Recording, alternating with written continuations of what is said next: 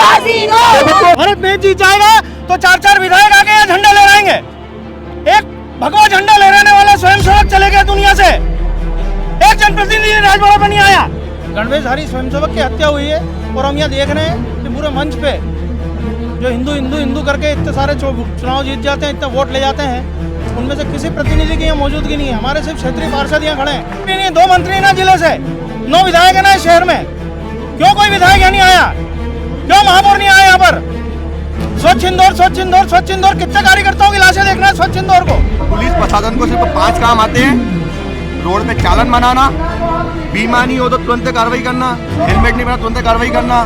लेकिन अगर नशे का व्यापार आज की तारीख में हर गली मोहल्ले में हो रही है, लेकिन इस पर कोई कार्रवाई नहीं हो रही। तो आज इंदौर में राजबाड़ा चौक पर एक बड़ा प्रदर्शन हो रहा है। आप देख सकते हैं मेरे पीछे तमाम लोग यहाँ पर मौजूद है। और इंदौर में 2 दिनों पूर्व एक नवयुवक की निर्मम हत्या कर दी गई और उस हत्या के विरोध में आज यहाँ पर तमाम लोग उपस्थित हुए हैं। और ये जो हत्या हुई है ये एक तरह से नशे के आदी लोगों ने की है। तो एक बड़ा यहाँ पर आंदोलन भी छेड़ने की बात की जा रही है कि इंदौर को नशे का शहर नहीं बनने देंगे। जिस तरह से इंदौर पिछले 7 वर्षों से लगातार स्वच्छता में प्रथम आ रहा है, उसी तरह से यहाँ पर इंदौर में नशे को भी खत्म करके इंदौर को उस तरह से भी प्रथम लाया जाए। आज आप लोग किस उपलक्ष्य में इकट्ठे हुए हैं, क्या है मामला ये? इंदौर में देखा जा रहा है पिछले 1 वर्ष से नशेड़ियों द्वारा निर्दोष लोगों की जम के हत्या की जा रही है। प्रशासन को जिस मुस्तैदी से नशा बेचने वालों पर कार्रवाई करना चाहिए वो कार्रवाई नहीं हो रही। इसलिए पूरे शहर की जनता में आक्रोश है, व्यापारियों में आक्रोश है, साधु संतों में आक्रोश है। और इस आक्रोश को व्यक्त करने के लिए समग्र हिंदू समाज यहाँ पर एकत्रित हुआ है। और उन हत्यारों को सख्त से सख्त सजा दी जाए और उस पीड़ित परिवार को उचित मुआवजा मिले। साथ ही ऐसे लोग जो नशे से युवा पीढ़ी को बर्बाद करने में लगे, उन लोगों पर भी हत्या का मुकदमा दर्ज हो, उनकी संपत्ति कुर्क की जाए और उस कुर्क करके उसका बेच के उन पीड़ित परिवारों को उसका मुआवजे के रूप में दी जानी चाहिए। तो जैसे कि आपने ये भी कहा कि नशे के खिलाफ एक लड़ाई है ये, तो इस पर आप आगे क्या और भी कोई आंदोलन करना चाहेंगे? हमारा ये सब काम इस चीज को रोकने का प्रशासन का है, शासन का। लेकिन शासन प्रशासन अगर सुस्त रहेगा तो हमें अपने आत्मरक्षा करने का पूरा अधिकार है। और अगर उसके लिए प्रतिकार करना पड़ा, सबको जीने का अधिकार है। अगर निर्दोष लोगों की हत्या होगी तो उन्हीं की सही में जवाब देना पड़ेगा। जो भी इस प्रकार की कार्रवाई करता है तो उसका सहयोग करने के लिए संगठन भी साथ में खड़ा, समाज भी साथ में खड़ा। ठीक है, आपका नाम? राजेश विजय और विभाग मंत्री विश्व हिंदू परिषद बजरंग दल। उसके कारण हम जैसे लोग 8-8 दिन हॉस्पिटल में भर्ती हो रहे हैं और प्रशासन ने कोई कार्रवाई नहीं की। उसके बाद भी आज भी वो मुंह छुड़ाते फिर रहे हैं। इसलिए जिनने राजनीतिक संरक्षण दे रखा, सामाजिक संरक्षण दे रखा, आर्थिक माल पहुंचा रहे, ऐसे लोगों पर अगर कार्रवाई नहीं होगी तो कल कौन शुभम बनेगा? कल आप हम में से कौन शिकार होगा? इन प्रशासनिक अधिकारी के भी परिवार, बच्चे रोड में घूमते, उन पर भी कार्रवाई हो सकती है। आप कुछ कहना चाहते हैं? हमने जनप्रतिनिधियों से मैंने व्यक्तिगत बात की है। इंदौर के 9 ही विधायकों से हमारा आग्रह था। कार्यकर्ता से मरने के लिए क्या?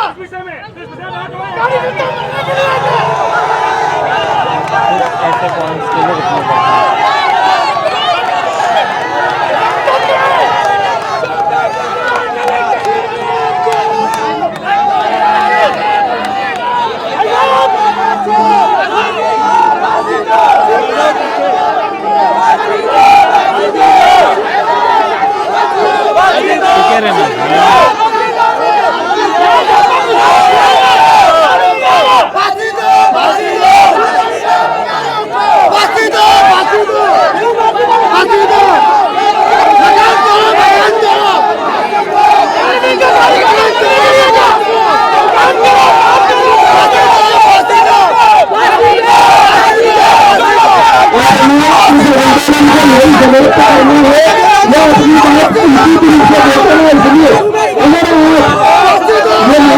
करेंगे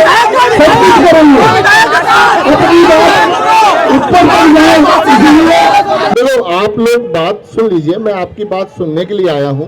जब तक आप कोई बात एक आध मुझे बताएगा नहीं, और मैं स्टेट गवर्नमेंट की ओर से हूँ, तो आप लोगों से सबकी बातें सुनने ही आया हूँ और उसी के निराकरण के लिए अपन यहाँ पर हैं। सभी संत लोग हैं जो पूजनीय हैं। बहुत अच्छी बात है कि हम ये चाहते हैं जो भी आपकी संस्था मुझे अगर कोई ज्ञापन दे रहे हैं तो आप मुझे दे सकते हैं या कोई बता सकते हैं क्या है इशू। 3 रोज से शासन प्रशासन से सतत बात चल रही है, कोई नई बात नहीं है। 1 साल से हम बात कर रहे हैं कि पिछले 1 वर्ष से कि नशे के व्यवसायियों पर, अवैध ड्रग्स के माफियाओं पर कठोर कार्रवाई हो। ये 4 रोज पहले जो घटना हुई है सोनम भाई के साथ, उनके हत्यारों पर कठोर कार्रवाई हो। शासन का काम है, छोटा भी अपराध होता है 324 भी लगती है, 151 भी लगती है, तो उसकी गिरफ्तारी होती है। शासन अपनी पीठ ठोक रहा है कि हमने हत्यारों को पकड़ लिया, आप नहीं पकड़ोगे तो कौन पकड़ेगा।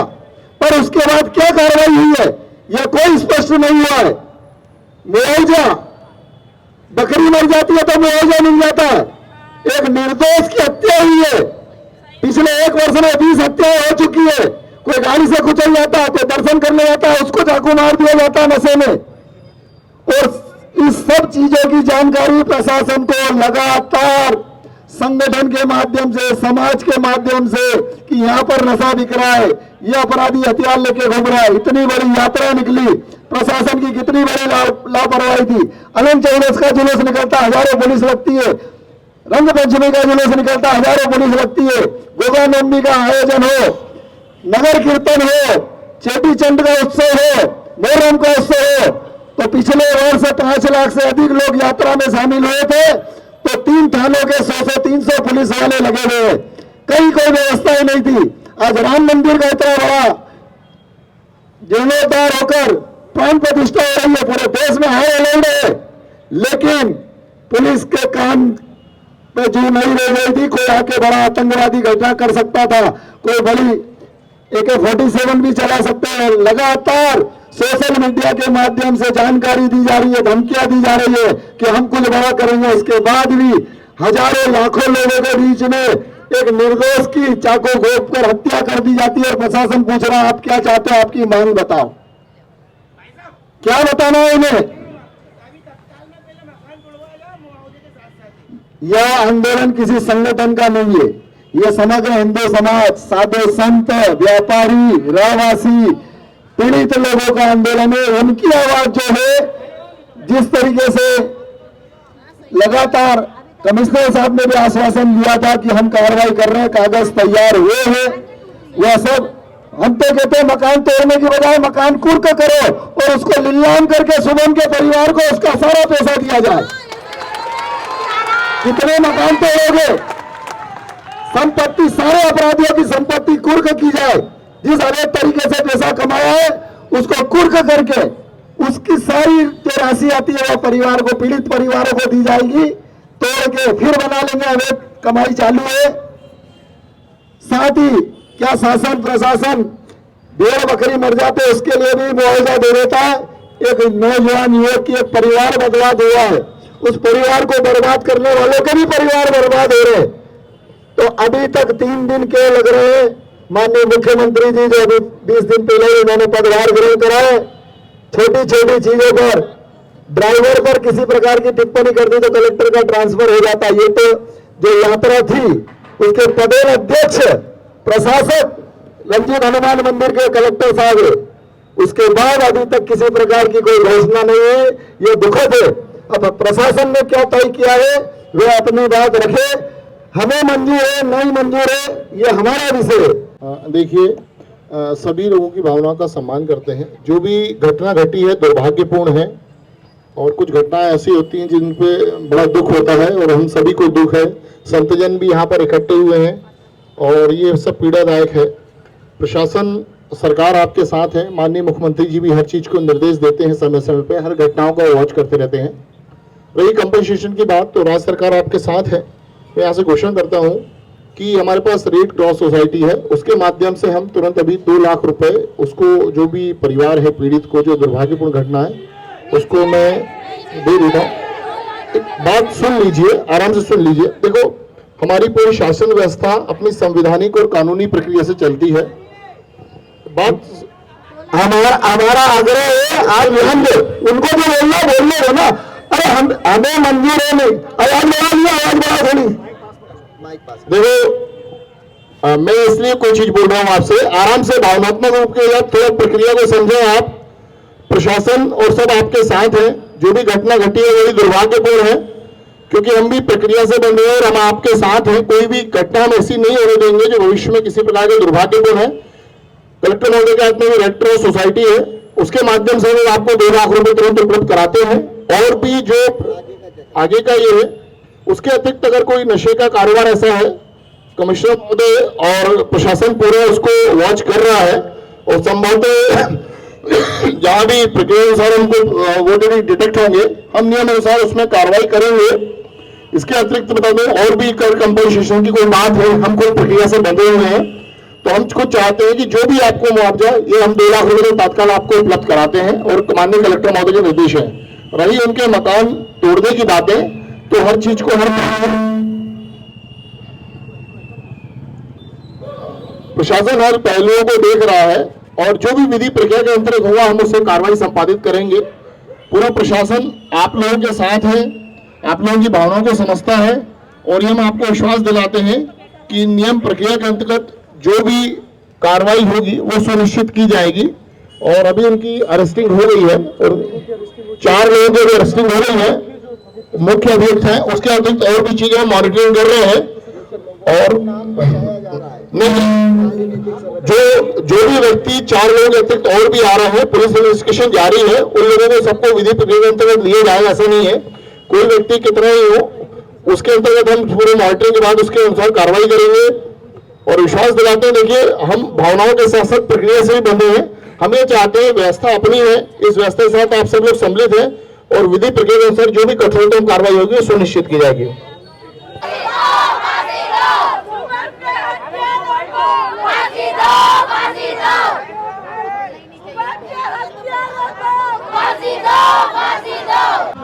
देखिए, जिस तरह से आज सारे लोग यहाँ इकट्ठे हुए हैं और एक नौजवान की हत्या इंदौर में कर दी गई और वो भी एक धार्मिक कार्यक्रम में, तो ये बड़ी दुखद घटना है। तो आपको क्या लगता है, लगातार इंदौर में लंबे समय से आपराधिक घटनाएं बढ़ती जा रही हैं और प्रशासन कमिश्नरी लागू होने के बावजूद उस पर कंट्रोल नहीं कर पा रहा है, तो ये कैसे कंट्रोल हो सकता है? मेरा मानना है इस घटना में 3 पहलू पे चर्चा होनी चाहिए। एक तो नशा, ये तो जो इंदौर में बढ़ता जा रहा है, बिल्कुल पंजाब बनता जा रहा है इंदौर।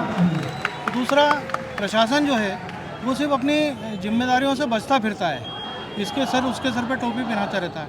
और तीसरा, ये जो धार्मिक आयोजनों में दिन पे दिन ये प्रदर्शन बढ़ते जा रहे हैं, इस पर भी कंट्रोल होना चाहिए। ये तीनों विषयों पे अगर ध्यान नहीं दिया तो ये आज एक कार्यकर्ता की हत्या हुई है, कल किसी और की होगी, फिर किसी सामान्य जन की होगी। तो चलिए, अब विश्व हिंदू परिषद का, राष्ट्रीय स्वयंसेवक संघ का कार्यकर्ता है तो इसके लिए लोग खड़े हो गए, नहीं तो रोज दिन रात लोग मर ही रहे हैं सड़कों पे। आम आदमी के साथ भी ये घटनाएं होती हैं, रोज घटनाएं हो ही रही है, वो किसको बोलने जाएगा? वो संगठन का कार्यकर्ता है तो संगठन के लोग खड़े हो गए आके। आम आदमी तो गलियों में रोज मर रहा है इन कारणों से। आज इतनी बड़ी घटना यहाँ घट गई है, मतलब जिस कारण से आप लोगों ने यहाँ धरना प्रदर्शन किया है, तो क्या आप यहाँ के जो भी प्रशासन ने जो आपकी मांगी मानी हैं, उस पर आप संतुष्ट हैं? प्रशासन ने तो आश्वासन दिया है अभी कि मांगे पूरी करेंगे, ये करेंगे, वो करेंगे, लेकिन सबसे पहले बात ये है कि नशे के विरुद्ध जो अभियान है उसको नशा मुक्ति बनाना चाहिए और नशा मुक्त करना चाहिए शहर को। नशा जब तक मुक्त नहीं होगा, जब तक अपराध बढ़ते रहेंगे, होते रहेंगे। और सबसे बड़ी बात यह है कि इसके पीछे बहुत बड़ा षड्यंत्र है, जो ये हत्या हुई है इसके पीछे कहीं ना कहीं नशा दिया गया है और हिंदुओं की हत्या हुई है। ये सबसे बड़ा मुद्दा समझने का ये है कि हमारे 3 हिंदू भाई गए, भले वो अपराधी हो, लेकिन अपराध किसने किया है? नशे ने किया है। नशा किसी ने दिया है षड्यंत्र से, तो नशे में उसको ध्यान नहीं रहा और उसने हत्या की है। तो सबसे पहली बात, नशा मुक्त होना चाहिए शहर, और नशे से जो जुड़े हुए लोग जो नशा दे रहे हैं पुड़िया बना कर, उनको बंद करना चाहिए। और जो ये हत्या हुई है, जो आरोपी है, उनको कड़ी से कड़ी सजा मिलना चाहिए। देखिए, नशा मुक्ति की अगर आप बात कर रहे हैं तो नशा मुक्ति के लिए तो सबसे बड़ी जिम्मेदार पुलिस ही है। तो पुलिस, क्या आपको लगता है पुलिस चाहे तो नशा मुक्ति नहीं कर सकती? बिल्कुल कर सकती है। पुलिस प्रशासन अपना कार्य करती है। पुलिस प्रशासन पुलिस प्रशासन क्या है कि जो नशा बेच रहे हैं उन पे कार्रवाई करना चाहिए। नशा अगर आएगा ही नहीं तो नशा बिकेगा ही नहीं, और बिकेगा नहीं तो हत्या होगी नहीं, अपराध होंगे नहीं, रुकेंगे। और कभी पुलिस प्रशासन के घर पे कुछ होता है या उनके परिवार के साथ कुछ होता है तो फिर बंद तो होगा ही होगा, और होना चाहिए ये बंद। आज बजरंग दल के एक कार्यकर्ता की हत्या हुई है, उसके बावजूद यहाँ इंदौर में बीजेपी के 9 विधायक हैं, उसके बावजूद यहाँ पर कोई भी जनप्रतिनिधि नहीं आया है। तो इस पर क्या कहेंगे आप? ये सबसे बड़ा गंभीर विषय है कि चुनाव के समय में सब वोट मांगने आते हैं, लेकिन 9 विधायकों में से किसी न किसी को तो आना ही चाहिए। उनकी जिम्मेदारी बनती है, भले आश्वासन देकर जाते, लेकिन एक उनको खड़ा रहना चाहिए ताकि हिंदुओं को सपोर्ट मिले और हिंदू संगठन कार्य करे। क्योंकि बजरंग दल के कार्यकर्ताओं की हत्या हुई है तो आगे बजरंग दल से कौन जुड़ेगा अगर ऐसी हत्याएं होती रहेंगी। वो अपने पारिवारिक सब दाव पर लगाकर अपना हिंदुओं की रक्षा करते हैं। ना उनको सैलरी मिलती है ना कुछ नहीं, लेकिन उनका समर्पण ही सब कुछ है। तो आगे से ऐसी हत्या ना हो तो सभी प्रतिनिधि, सभी विधायक, सभी 9 जो भी हैं अपने प्रशासन शासन से निवेदन करूंगा कि वो उनकी उपस्थिति होनी जरूरी है। और भले आश्वासन दे लेकिन यहाँ होना चाहिए। यहाँ बड़े बड़े होर्डिंग फ्लैग्स लगे हुए हैं तो ये होर्डिंग फ्लैग्सों में ही ना होते हुए उनको मौजूदगी होना चाहिए। एक तरफ जब बीजेपी बात करती है कि वो हिंदुओं की पार्टी है, हिंदुओं के लिए वो काम करती है और हिंदुओं की आवाज़ उठाती है, ऐसे में आज एक हिंदू संगठन का कार्यकर्ता यहाँ पर हत्या हो जाती है, उसके बावजूद ना तो कोई स्टेटमेंट आता है और ना उनकी यहाँ मौजूदगी है। तो कार्यकर्ताओं में जैसा यहाँ बहुत रोष है, तो इस पर आप क्या कहेंगे? देखिए, बिल्कुल आपने जो क्वेश्चन किया है कि फ्रंट पेज पर दैनिक भास्कर में आया हुआ है कि भाजपा कार्यकर्ता की हत्या, इधर विश्व हिंदू परिषद के बजरंग दल के कार्यकर्ता की हत्या, तो कहीं न कहीं सभी से जुड़ा हुआ था शुभम और बहुत अच्छा कार्यकर्ता था। और तो उनको खड़ा होना चाहिए और हिंदुओं की पार्टी बोलती हैं तो उनको विशेष तौर पे उनके घर परिवार पर जाना चाहिए, बैठक में भी जाना चाहिए और उनको आर्थिक सहायता और मदद करना चाहिए। आपका नाम बताइए। विशाल शर्मा, विश्व हिंदू परिषद बजरंग दल से, पूर्व जिला समन्वय। प्रशासन को हमने समय दिया है, जो समय दिया था देखा तो समय वो निकल चुका है। उसके बाद भी जो हमारा अभियान यहीं नहीं रुकने वाला है। ये पूरा जब तक इंदौर से नशा मुक्त इंदौर नहीं होगा, जब तक हमारा अभियान चलेगा। ये शुभम जो हमारे शुभम जी हमारे कार्यकर्ता की जो हत्या है उसके भी हमने उचित मुआवजे की मांग करी है। दोषियों को मकान टूटे और कड़ी से कड़ी सज़ा मिले, ये हमारी मांग थी। इन्हें 2-4 दिन का जो समय लिया है, और उसके बाद जो भी हम ऊपर से हम निर्णय ले लेंगे, हमारे ऊपर जो भी होगा आगे की रणनीति हम तय करके आगे काम करेंगे। आपका नाम और पद बताइए। मनोज यादव, बजरंग दल से जिला संयोजक। देखिए, यहाँ पर लोगों में रोष है और वो रोष हमने आपको दिखाया बातचीत में। इंदौर को बीजेपी का गढ़ कहा जाता है, हिंदू शासित शहर है ये। यहाँ पर 9 विधानसभाएं हैं और 9 ही विधानसभा बीजेपी के प्रत्याशियों ने जीता है। यहाँ से बड़ा नाम कैलाश विजयवर्गीय का आता है जो कि कैबिनेट मंत्री हैं। तुलसी सिलावट मध्य प्रदेश शासन में फिर से कैबिनेट मंत्री हैं। और इंदौर का राजवाड़ा जो है वो हृदय स्थल है और आज यहाँ पर एक बड़ा कार्यक्रम हो रहा है, धरना प्रदर्शन हो रहा है, रोष व्यक्त किया जा रहा है। बावजूद उसके यहाँ पर इंदौर का एक भी जनप्रतिनिधि इस घटना में, इस कार्यक्रम में मौजूद नहीं हुआ है। तो यहाँ पर जो कार्यकर्ता हैं, हमने उनसे बात करी, उनमें भारी रोष है और वो इस बात की भी नाराज़गी व्यक्त कर रहे हैं कि यहाँ पर एक भी जनप्रतिनिधि उनके इस दुख के समय में, उनकी इस विरोध के समय में उनका साथ देने के लिए, उनके साथ खड़ा होने के लिए कोई भी उपलब्ध नहीं हुआ है। तो लोग इस तरह का आरोप भी लगा रहे हैं कि क्या बीजेपी सिर्फ वोट के टाइम हिंदुओं के पास आती है, हिंदू संगठनों के पास आती है, और जब उनके साथ कोई घटना घटती है तो एक भी जनप्रतिनिधि, एक भी बीजेपी का नेता यहाँ पर उपलब्ध नहीं होता है।